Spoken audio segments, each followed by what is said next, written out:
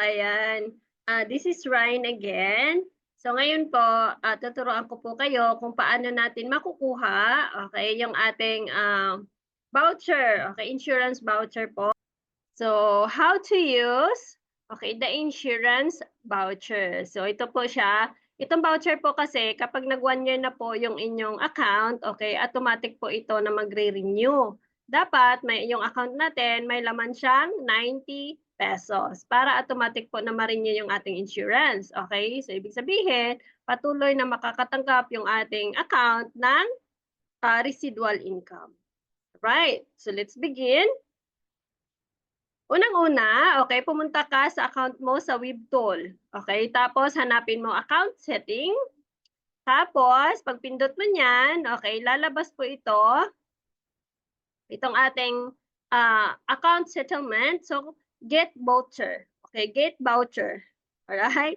And then, pag pinindot mo yung get voucher, or kaya naman, pindutin mo tong voucher list. Okay, punta ka sa voucher code. So, makikita mo sa baba, may code. So, makikita mo yung kanyang status is available pa. So, pwede mo siyang kunin, okay, dito sa voucher list. So, ikopyahin mo lang ito yung voucher code, or kaya naman, okay, pag pindot mo ng get voucher na to, lalabas ito.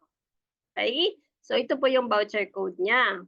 So, ngayon, punta ka ngayon sa iyong FPJ. It's either pumunta ka na ngayon sa iyong Bito or kaya sa Webtool. Okay? So, ang gamit ko ngayon is sa Webtool. So, ngayon, nasa Webtool ako. Punta akong FPJ. Tapos, okay, have voucher code. Diba? So, kasi may voucher tayong kinuha kanina. So, yung kinuha nating voucher, i-click lang po natin itong have voucher code. Tapos, lalabas po ito. Dito po natin ilalagay yung voucher code. Tapos, click mo yung apply. After that, okay, pag nalagay na yan doon, so ito na ho ang maglalagay dito ng option at saka annual. So, lalabas na po ito. Right? So, tapos ngayon, insured information. So, dito mo na ilalagay yung iyong mga client information. So, kung sino yung i-insured mo. So, fill out the insured information, then continue. So, i-continue mo lang after mo na fill out. So, katulad nito, ayan. Saglit. So, katulad nito, na-fill out ko na, okay, and then confirm, and then may lalabas na, congratulations. Then, i-print mo lang po yung iyong certificate. Okay? So, punta ka lang po sa iyong email. Ayan. So, may matatanggap ka pong email. Tapos, i-click mo lang po yung TOC. Ito hong naka-blue yung i-click mo. Okay? Itong blue na to.